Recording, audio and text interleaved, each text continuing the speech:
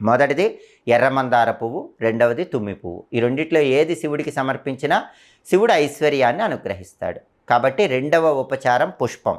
ఇలా పుష్పాలు శివుడికి సమర్పించాలి. మూడవది ధూపం.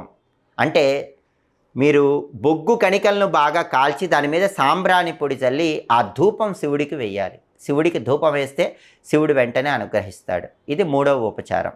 నాలుగవది దీపం. శివుడి దగ్గర దీపం ఎలా పెట్టాలి? ప్రతిరోజు అందరూ శివుడి దగ్గర దీపం పెడతారు.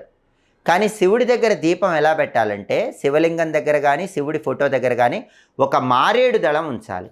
మారేడు దళం ఉంచి దాని మీద దీపం వెలిగించాలి. అంటే మారేడు దళం మీద దీపారాధన కుందిని ఉంచి ఆ కుందిలో నెయ్యి కానీ నూనె కానీ పోసి ఒత్తులు వేసి దీపం పెట్టాలి. మామూలుగా పళ్ళేలలో దీపారాధన కుందులు ఉంచి దీపం పెట్టడం కన్నా శివుడి దగ్గర మారేడు దళం మీద దీపారాధన కుందు ఉంచి దీపం పెడితే శివుడు వెంటనే ఐశ్వర్యాన్ని అనుగ్రహిస్తాడు.